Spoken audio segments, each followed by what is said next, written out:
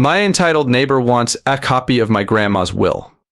When my grandmother was diagnosed with cancer, she opted for no treatment. She had watched her husband go through chemotherapy, radiation, and surgery, and he was miserable the entire time. She didn't want that for herself. Her family supported her decision.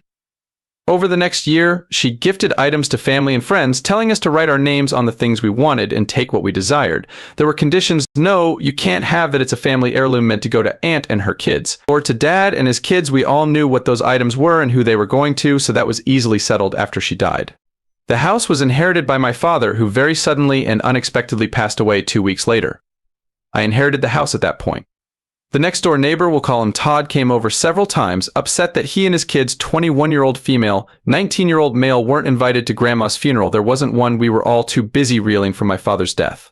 We weren't presented with a copy of the will. It only included family members, and he insisted that Grandma loved his kids like her own. She didn't. She complained about them coming over all the time, stealing her water to fill their pool, and she had to tell them to stop calling her Grandma.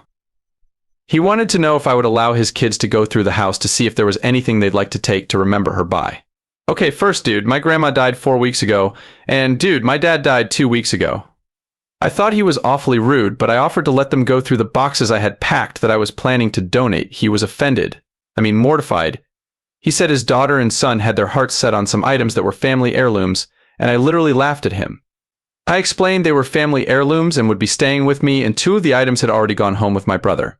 He said my kids were her family and she would have gifted those to them. They should have been included along with everyone else when everything was divided up. Keep in mind that none of us knew this guy or his kids other than as the neighbors next door. They were never at any family gatherings held at her house, and the only time I ever heard her talk about them was when she was complaining about them.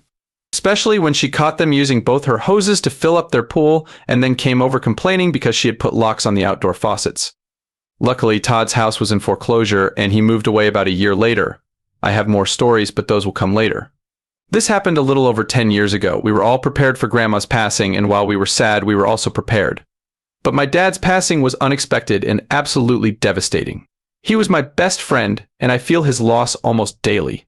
I am surprised at how much everyone's condolences mean to me even after so many years. Thank you. Todd brought up the subject 3 times in the year he lived next door, all within about 2 weeks. This particular incident was the end of it. The first 2 times were eyebrow-raising hints where I walked away not really sure if I was interpreting his words correctly. This time he was brazenly clear, and when I laughed and told him he couldn't have the items he listed, he never brought it up again.